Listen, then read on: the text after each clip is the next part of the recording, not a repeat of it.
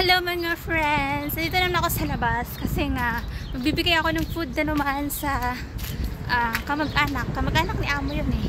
So doon pa rin ako pupunta sa pinuntahan ko dati. And hindi, tiyak ako na hindi na ako maliligaw.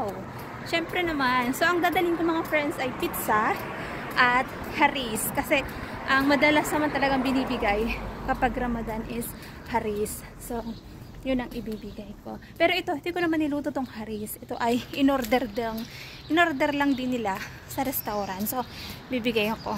And katatapos ko lang magluto ng gemat. Kasi malapit na silang kumain mga friends. Kaya, kahatid ko na tong food. And mainit pa to. So, saktong-sakto kapag nakita ko ni Bunso nakita ko nung anak ni Amo naglalakad ako, tapos nagbibideo ako. Diba? So, papunta na ako.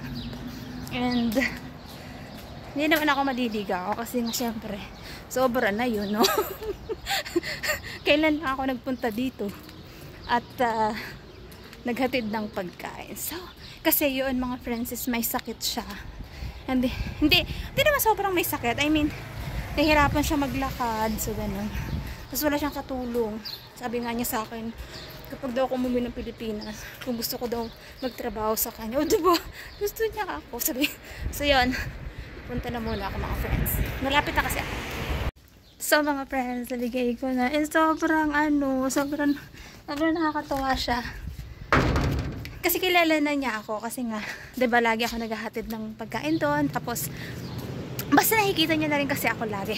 And mga friends, kasi nung haluad, hindi ako nakapunta, or hindi, diba, hindi ako nakapag-ikot. Nung isang haluad lang, nakiikot ako dito. Nakapunta din ata kami, nakalimutan ko na eh. Tapos itong last haluad, hindi ako nakapag-ikot kasi nga, Ramadan yun. So, dami ko niluluto. So, hindi ako nakasama sa mga bata. And binigyan niya ako mga friends ng 5 real. Sabi niya para yan sa haluad kasi hindi ka pumunta ng haluad. Sabi niya sa akin. Sobrang, ay, thank you, sabi ko. Parang kumbaga, alam niyo mga friends, maliit lang tong halagang ito. Tong 5 real na to, is maliit na halaga lang. Pero, nakakatuwa lang na nabibigyan ka ng ganitong halaga. Kahit maliit lang to mga friends, sobrang nakakatuwa. Na masarap sa pakiramdam, diba? Kahit 5 real, kahit 1 real lang ibigay sa akin. Sobrang magpapasalamat ako. And, yun. So, binigyan niyo ako ng 5 real. Maliit lang, sa totoo lang to mga friends. Pero, syempre, ang nakakatuwa dun is nung ibinigay niya sa akin yun. Yung masaya yung mukha niya. As in, sabi niya, hindi ko kasi pumunta ng haluad. Sabi ko, para po sa akin. Ay, thank you! Ganon. So, parang, diba, thank you!